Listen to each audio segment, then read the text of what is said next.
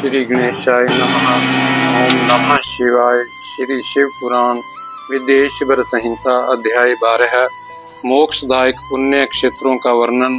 काल विशेष में विभिन्न नदियों के जल में स्नान के उत्तम फल का निर्देश तथा तीर्थों में पाप से बचे रहने की चेतावनी। सूत जी बोले, विद्वान एवं बुद्धिमान महर्षियों, मोक्षदायक शिव क्षेत्रों का वर्णन सुनो। तत्पश्चात मैं लोक रक्षा के लिए शिव संबंधी आगमों का वर्णन करूंगा।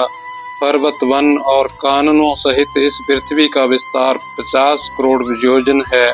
भगवान शिव की आज्ञा से पृथ्वी संपूर्ण जगत को धारण करके स्थित है। भगवान शिव ने भूतल पर विभिन्न स्थानों में वहां के निवासियों को कृपा पूर्वक मोक्ष देने के लिए शिव क्षेत्र का निर्माण किया है। कुछ क्षेत्र ऐसे हैं जिन्हें देवताओं तथा ऋषियों ने अपना वास स्थान बनाकर अनुग्रहित किया है, इसीलिए उनमें तीर्थव प्रकट हो गया है। तथा अन्य बहुत से तीर्थ क्षेत्र ऐसे हैं जो लोगों की रक्षा के लिए स्वयं प्रादुर्भूत हुए हैं। तीर्थ और क्षेत्र में जाने पर मनुष्य को सदा स्नान, दान और जप आदि करना चाहिए, अन्यथा वह रोग, दरिद्रता तथा मुक्ता आदि दोषों का भागी होता है। जो मनुष्य इस भारतवर्ष के भीतर मृत्यु को प्राप्त होता है, वह अपने पुण्य के फल से ब्रह्मलोक में वास करके पुण्य अक्षय के पश्चात पुनः मनुष्य योनि में जन्म लेता है, अर्थात पापी मनुष्य पाप करके दुर्गति में ही पड़ता है। ब्राह्मणों, पुण्य क्षेत्र में पाप कर्म किया जाए तो वह और भी दृढ़ हो जाता है। अतः पुण्य क्षेत्र में निवास करते समय सूक्ष्म से सूक्ष्म अथवा थोड़ा सा भी पाप न करे। सिंधु और शतद्रु अर्थात सतलज नदी के तट पर बहुत से पुण्य क्षेत्र हैं। सरस्वती नदी परम पवित्र और 60 मुख वाली कही गई है, अर्थात उसकी 60 धाराएं हैं। विद्वान पुरुष सरस्वती के उन धाराओं के तट पर निवास करे तो वह कर्मशः ब्रह्म पद को पा लेता है। हिमालय पर्वत से निकली हुई पुण्य सलीला गंगा 100 मुख वाली नदी है। उसके तट पर काशी, प्रयाग आदि अनेक पुण्य क्षेत्र हैं। वहाँ मकर राशि के सूर्य होने पर गंगा की तटभूमि पहले से भी अधिक प्रशस्त एवं पुण्यदायक हो जाती है। सोनभद्र नदी की 10 धाराएं हैं। वह बृहस्पति के मकर राशि में आने पर अत्यंत पवित्र तथा अभीष्ट फल देने वाला हो जाता है। उस समय वहां स्नान और उपवास करने से विनायक पद की प्राप्ति होती है। पुण्य सलीला महानदी नर्मदा के 24 मुख अर्थात स्रोत हैं। उसमें स्नान तथा उसके तट पर निवास करने से मनुष्य को वैष्णव पद की प्राप्ति होती है। तमसा के 12 तथा रेवा के 10 मुख हैं। परम पुण्यमयी गोदावरी के 21 मुख बताए गए हैं। वह ब्रह्म हत्या तथा गोवध के पाप का भी नाश करने वाली एवं रुद्र लोक देने वाली है। कृष्णवेणी नदी का जल बड़ा पवित्र है। वह नदी समस्त पापों का नाश करने वाली है। उसके 18 मुख बताए गए हैं तथा वह विष्णु लोक प्रदान करने वाली है। तुंगभद्रा के 10 मुख हैं। वह ब्रह्म लोक देने वाली है। पुण्य सलीला सुवर्ण मुखरी के 9 मुख कहे गए हैं। ब्रह्म लोक से लौटे हुए जीव उसी के तट पर जन्म लेते हैं। सरस्वती नदी, पंपा सरोवर, कन्याकुमारी, अंतरीप तथा शुभकारक श्वेत नदी, ये सभी पुण्य क्षेत्र हैं। इनके तट पर निवास करने से इंद्र लोक की प्राप्ति होती है।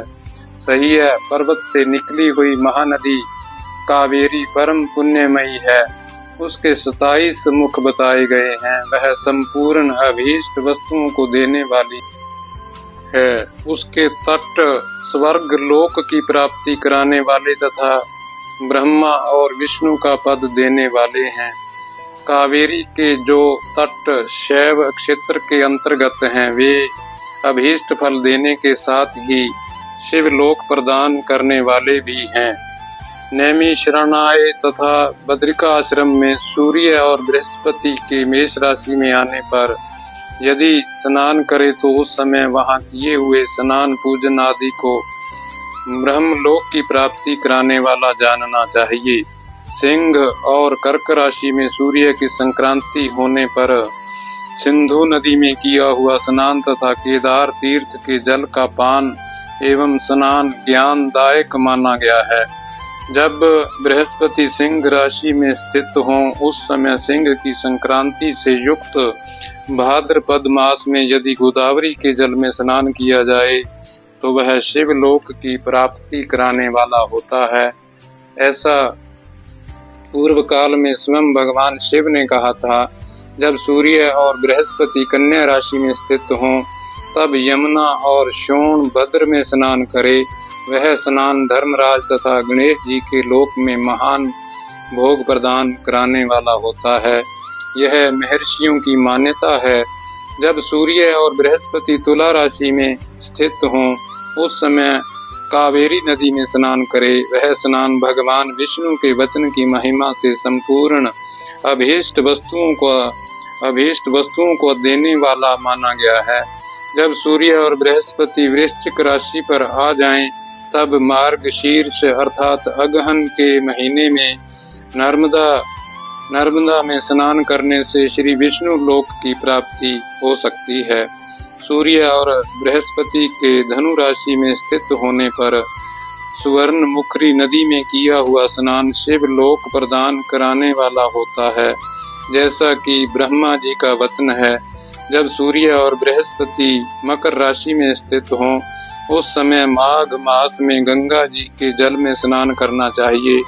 ब्रह्मा जी का कथन है कि वह स्नान शिवलोक की प्राप्ति कराने वाला होता है। शिवलोक के पश्चात ब्रह्मा और विष्णु के स्थानों में सुख भोगने पर अंत में मनुष्य को ज्ञान की प्राप्ति हो जाती है।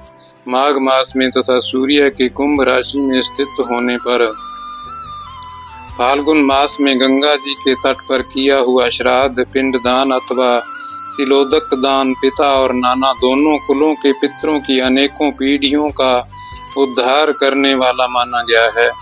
सूर्य बृहस्पति जब मीन राशि में स्थित हों तब कृष्ण वेणी नदी में किए गए स्नान की ऋषियों ने प्रशंसा की है। उन महीनों में पूर्वोक्त तीर्थों में किया हुआ स्नान इंद्र पद की प्राप्ति कराने वाला होता है।